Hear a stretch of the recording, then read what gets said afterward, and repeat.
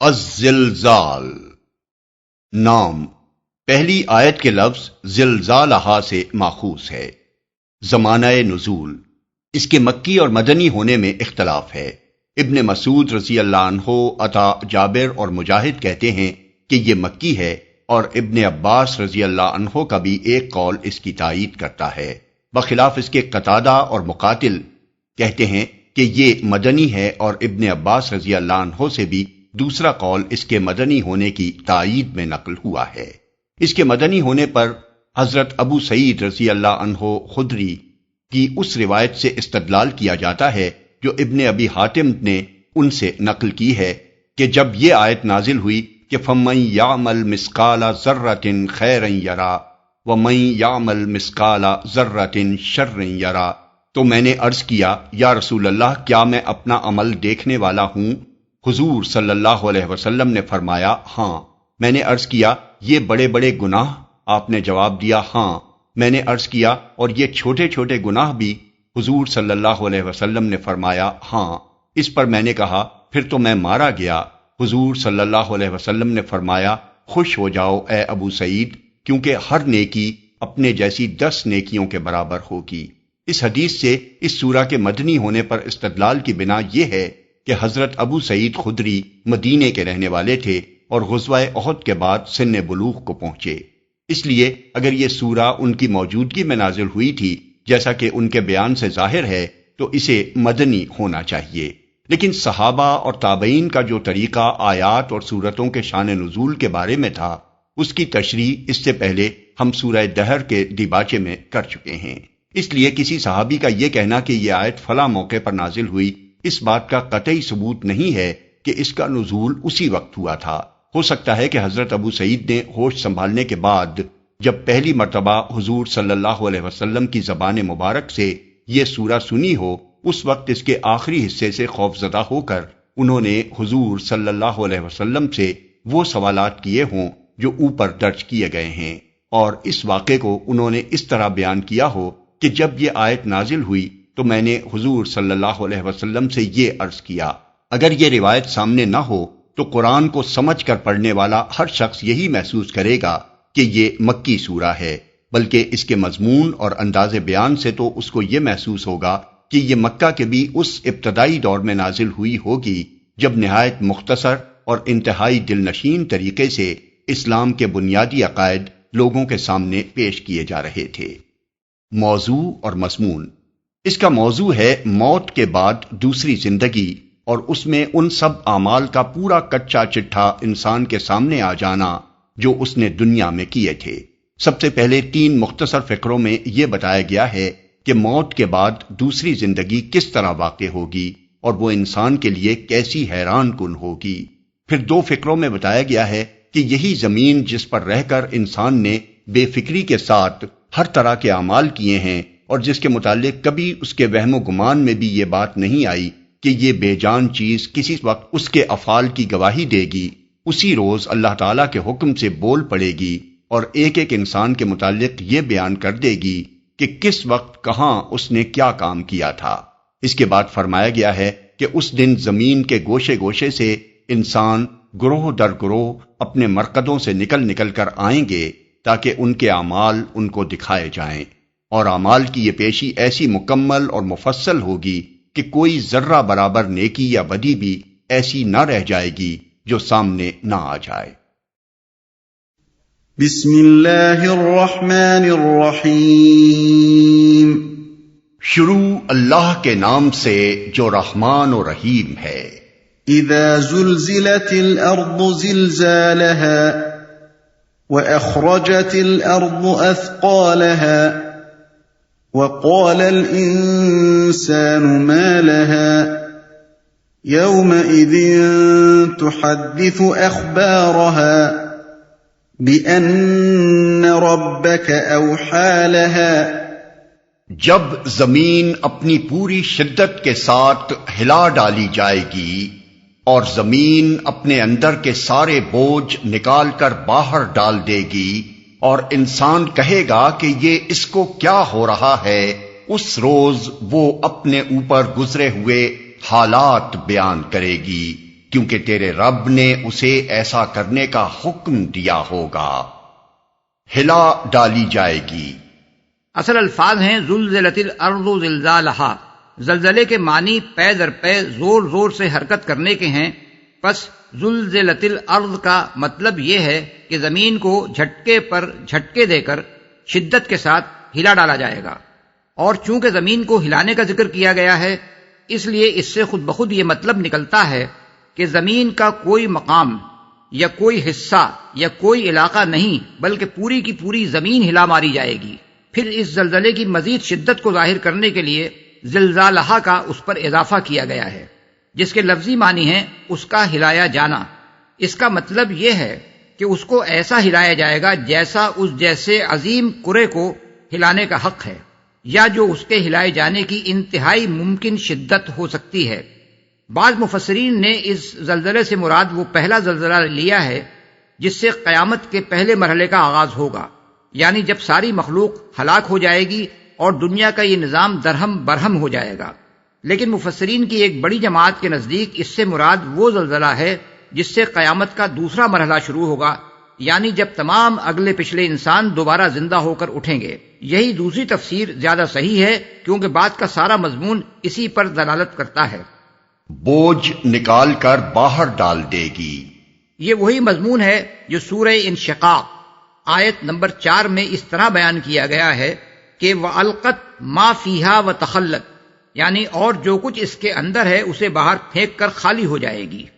اس کے کئی مطلب ہیں۔ ایک یہ کہ مرے ہوئے انسان زمین کے اندر جہاں جس شکل اور جس حالت میں بھی پڑے ہوں گے ان سب کو وہ نکال کر باہر ڈال دے گی، اور بات کا فقرہ اس پر دلالت کرتا ہے کہ اس وقت ان کے جسم کے تمام بکھرے ہوئے اجزاء جمع ہو کر اثرنو اسی شکل و صورت میں زندہ ہو جائیں گے جس میں وہ پہلی زندگی کی حالت میں تھے، کیونکہ اگر ایسا نہ ہو تو وہ یہ کیسے کہیں گے کہ زمین کو یہ کیا ہو رہا ہے۔ دوسرا مطلب یہ ہے کہ صرف مرے ہوئے انسانوں ہی کو وہ باہر نکال پھینکنے پر اکتفا نہ کرے گی، بلکہ ان کی پہلی زندگی کے افعال و اقوال اور حرکات و سکنات کی شہادتوں کا جو انبار اس کی تہوں میں دبا پڑا ہے اس سب کو بھی وہ نکال کر باہر ڈال دے گی۔ اس پر بات کا یہ فقرہ دلالت کرتا ہے کہ زمین اپنے اوپر گزرے ہوئے حالات بیان کرے گی۔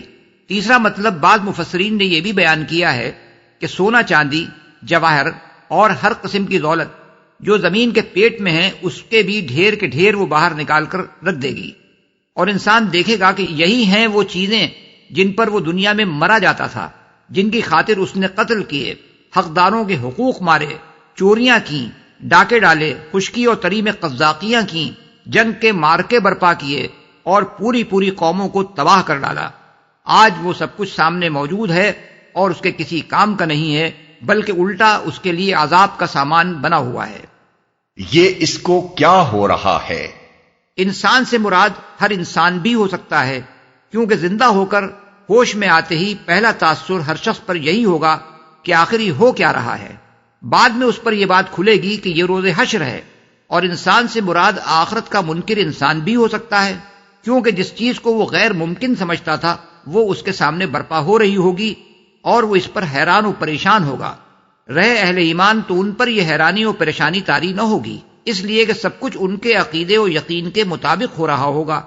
ایک حد تک اس دوسرے معنی کی تائید سورہ یاسین کی آیت نمبر 52 کرتی ہے، جس میں ذکر آیا ہے کہ اس وقت منکرین آخرت کہیں گے مم بعثنا من مرقدنا، یعنی کس نے ہماری خوابگاہ سے ہمیں اٹھا دیا، اور جواب ملے گا ھذا ما وعد الرحمن وصدق المرسلون، یعنی یہ وہی چیز ہے جس کا خدائے رحمان نے وعدہ کیا تھا اور خدا کے بھیجے ہوئے رسولوں نے سچ کہا تھا۔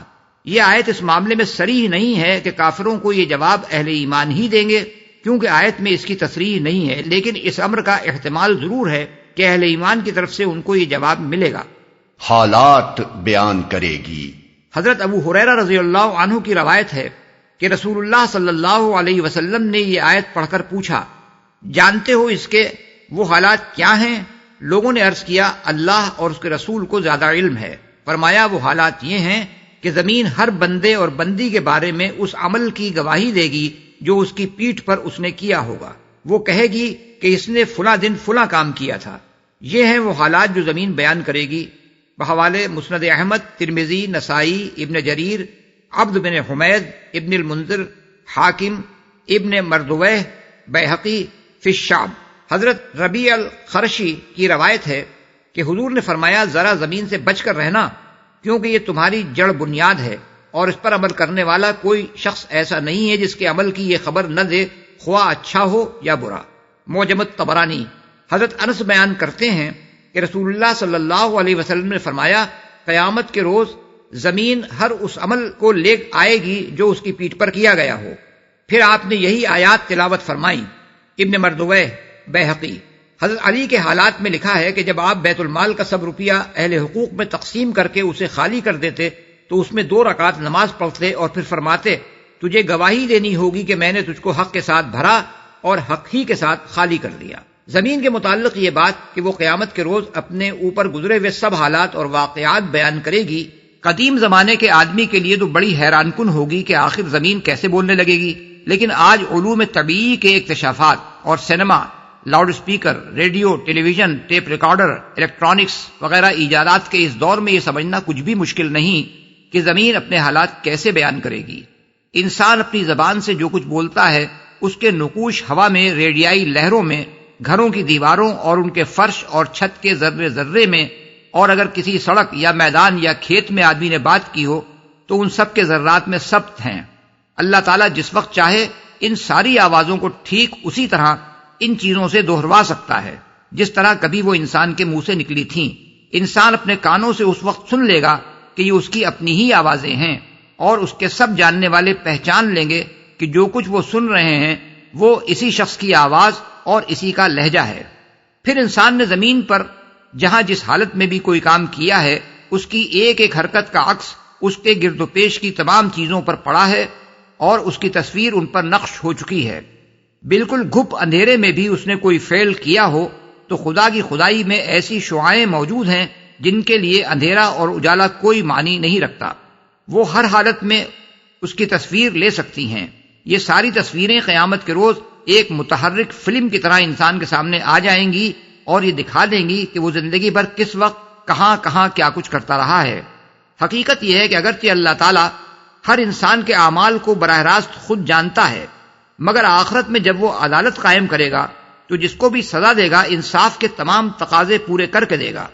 اس کی عدالت میں ہر مجرم انسان کے خلاف جو مقدمہ قائم کیا جائے گا اس کو ایسی مکمل شہادت سے ثابت کر دیا جائے گا کہ اس کے مجرم ہونے میں کسی کلام کی گنجائش باقی نہ رہے گی۔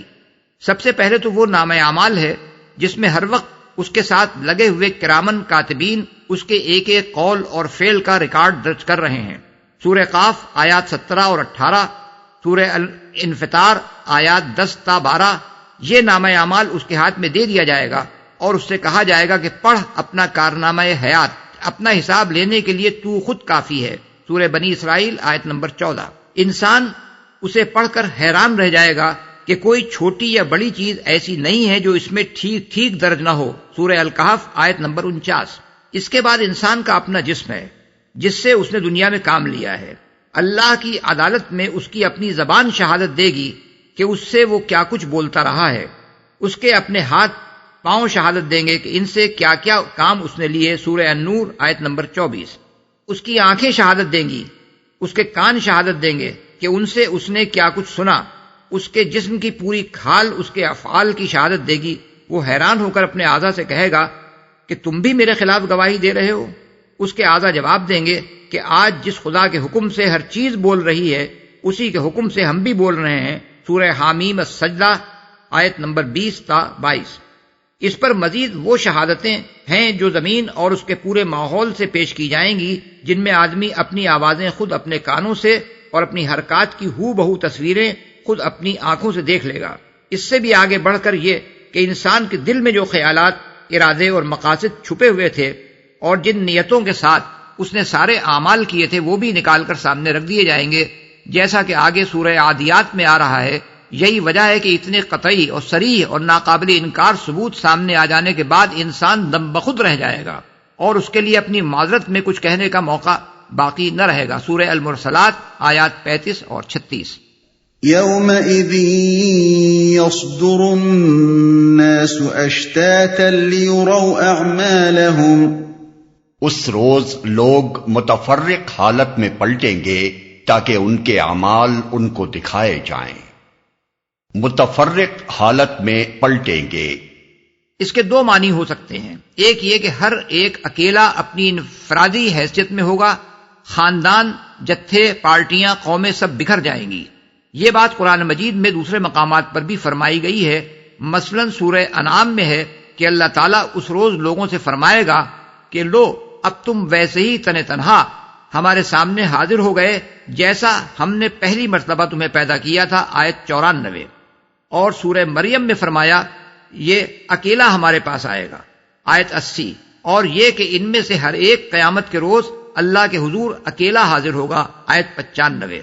دوسرے معنی یہ بھی ہو سکتے ہیں کہ وہ تمام لوگ جو ہزارہا برس کے دوران میں جگہ جگہ مرے تھے، زمین کے گوشے گوشے سے گروہ در گروہ چلے آ رہے ہوں گے، جیسا کہ سورہ نبا میں فرمایا گیا جس روز سور میں پھونک مار دی جائے گی تم فوج در فوج آ جاؤ گے، آیت 18۔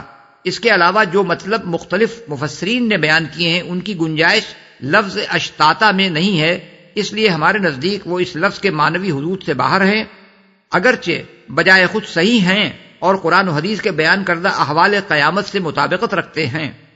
دکھائے جائیں، اس کے دو معنی ہو سکتے ہیں، ایک یہ کہ ان کو ان کے اعمال دکھائے جائیں، یعنی ہر ایک کو بتایا جائے کہ وہ دنیا میں کیا کر کے آیا ہے، دوسرے یہ کہ ان کو ان کے اعمال کی جزا دکھائی جائے، اگرچہ یہ دوسرے معنی بھی لیرو اعمالہم کے لیے جا سکتے ہیں، لیکن اللہ تعالیٰ نے لیرو جزاء اعمالہم تاکہ انہیں ان کے اعمال کی جزا دکھائی جائے نہیں فرمایا ہے، بلکہ لیرو اعمالہم تاکہ ان کے اعمال ان کو دکھائے جائیں فرمایا ہے۔ اس لیے پہلے معنی ہی قابل ترجیح ہیں، خصوصاً جبکہ قرآن مجید میں متعدد مقامات پر اس کی تصریح فرمائی گئی ہے کہ کافر و مومن، صالح و فاسق، تابع فرمان اور نافرمان سب کو ان کے نام اعمال ضرور دیے جائیں گے۔ مثال کے طور پر ملاحظہ ہو سورہ الحاقہ آیات 19 اور 25 اور سورہ الانشقاق آیات 7 اور 10۔ ظاہر ہے کہ کسی کو اس کے اعمال دکھانے اور اس کا نام اعمال اس کے حوالے کرنے میں کوئی فرق نہیں ہے۔ علاوہ بری زمین جب اپنے اوپر گزرے ہوئے حالات پیش کرے گی تو حق و باطل کی وہ کشمکش جو ابتدا سے برپا ہے اور قیامت تک برپا رہے گی، اس کا پورا نقشہ بھی سب کے سامنے آ جائے گا، اور اس میں سبھی دیکھ لیں گے کہ حق کے لیے کام کرنے والوں نے کیا کچھ کیا اور باطل کی حمایت کرنے والوں نے ان کے مقابلے میں کیا کیا حرکتیں کیں۔ بعید نہیں کہ ہدایت کی طرف بلانے والوں اور ضلالت پھیلانے والوں کی ساری تقریریں اور گفتگویں لوگ اپنے کانوں سے سن لیں۔ دونوں طرف کی تحریروں اور لٹریچر کا پورا ریکارڈ جوں کا توں سب کے سامنے لا کر رکھ دیا جائے۔ حق پرستوں پر باطل پرستوں کے ظلم اور دونوں گروہوں کے درمیان برپا ہونے والے مارکوں کے سارے مناظر میدان حشر کے حاضرین اپنی آنکھوں سے دیکھ لیں۔ فَمَن يَعْمَلْ مِثْقَالَ ذَرَّةٍ خَيْرًا يَرَهُ وَمَن يَعْمَلْ مِثْقَالَ ذَرَّةٍ شَرًّا يَرَهُ۔ پھر جس نے ذرہ برابر نیکی کی ہوگی وہ اس کو دیکھ لے گا، اور جس نے ذرہ برابر بدی کی ہوگی وہ اس کو دیکھ لے گا۔ اس ارشاد کا ایک سیدھا سادہ مطلب تو یہ ہے، اور یہ بالکل صحیح ہے، کہ آدمی کی کوئی ذرہ برابر نیکی یا بدی بھی ایسی نہیں ہوگی جو اس کے نام اعمال میں درج ہونے سے رہ گئی ہو، اسے وہ بہرحال دیکھ لے گا۔ لیکن اگر دیکھنے سے مراد اس کی جزا و سزا دیکھنا لیا جائے تو اس کا یہ مطلب لینا بالکل غلط ہے کہ آخرت میں ہر چھوٹی سے چھوٹی نیکی کی جزا اور ہر چھوٹی سے چھوٹی بدی کی سزا ہر شخص کو دی جائے گی، اور کوئی شخص بھی وہاں اپنی کسی نیکی کی جزا اور کسی بدی کی سزا پانے سے نہ بچے گا، کیونکہ اول تو اس کے معنی یہ ہوں گے کہ ایک ایک برے عمل کی سزا اور ایک ایک اچھے عمل کی جزا الگ الگ دی جائے گی۔ دوسرے اس کے معنی یہ بھی ہیں کہ کوئی بڑے سے بڑا صالح مومن بھی کسی چھوٹے سے چھوٹے قصور کی سزا پانے سے نہ بچے گا، اور کوئی بدترین کافر و ظالم اور بدکار انسان بھی کسی چھوٹے سے چھوٹے اچھے فعل کا اجر پائے بغیر نہ رہے گا۔ یہ دونوں معنی قرآن اور حدیث کی تصریحات کے بھی خلاف ہیں، اور عقل بھی اسے نہیں مانتی کہ یہ تقاضائے انصاف ہے۔ عقل کے لحاظ سے دیکھیے تو یہ بات آخر کیسے سمجھ میں آنے کے قابل ہے کہ آپ کا کوئی خادم نہایت وفادار اور خدمت گزار ہو، لیکن آپ اس کے کسی چھوٹے سے قصور کو بھی معاف نہ کریں اور اس کی ایک ایک خدمت کا اجر و انعام دینے کے ساتھ اس کے ایک ایک قصور کو گن گن کر ہر ایک کی سزا بھی اسے دے ڈالیں۔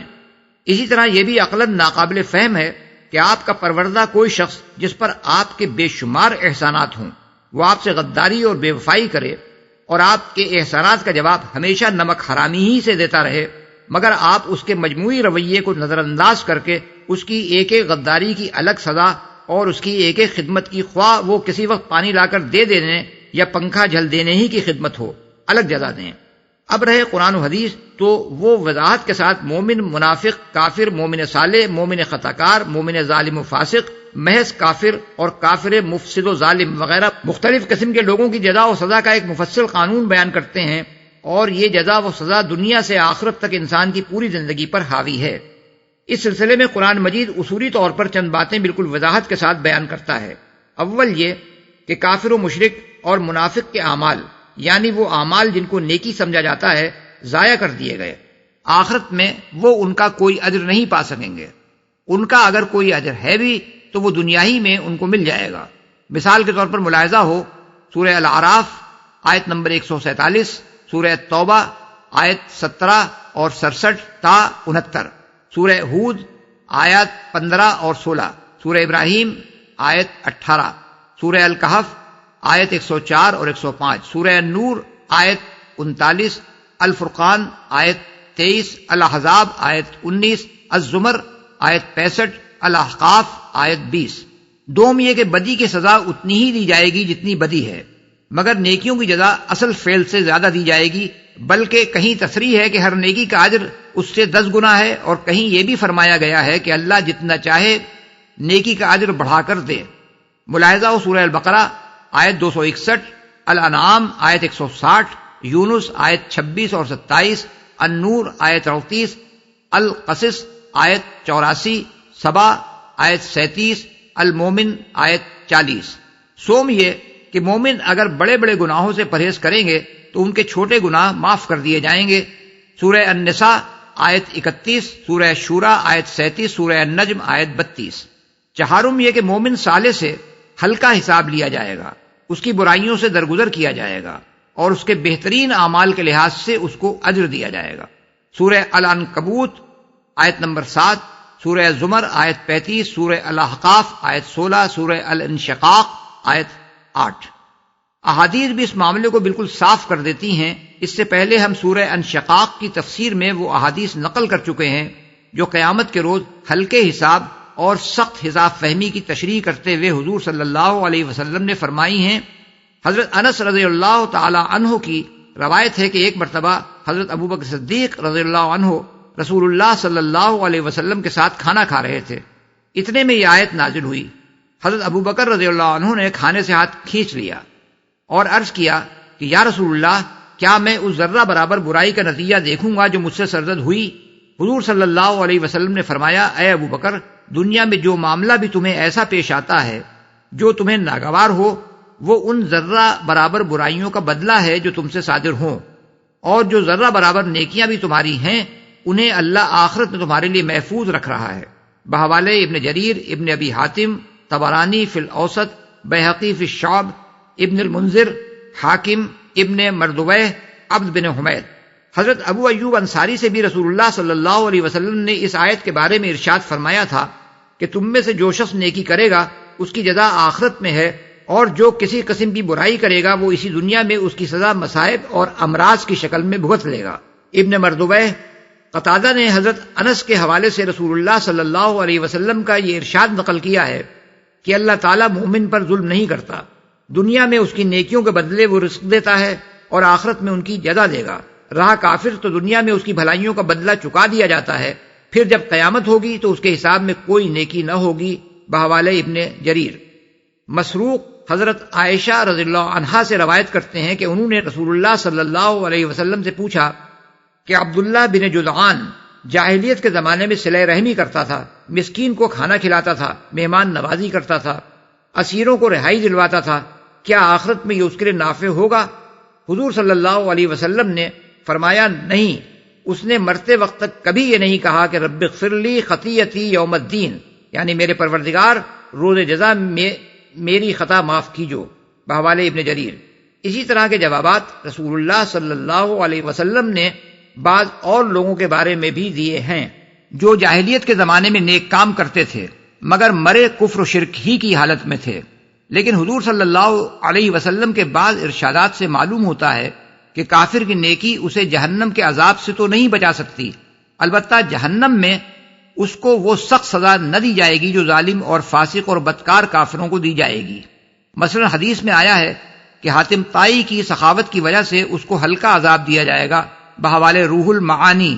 تاہم یہ آیت انسان کو ایک بہت اہم حقیقت پر متنبہ کرتی ہے، اور وہ یہ ہے کہ ہر چھوٹی سے چھوٹی نیکی بھی اپنا ایک وزن اور اپنی ایک قدر رکھتی ہے، اور یہی حال بدی کا بھی ہے کہ چھوٹی سے چھوٹی بدی بھی حساب میں آنے والی چیز ہے، یوں ہی نظر انداز کر دینے والی چیز نہیں ہے۔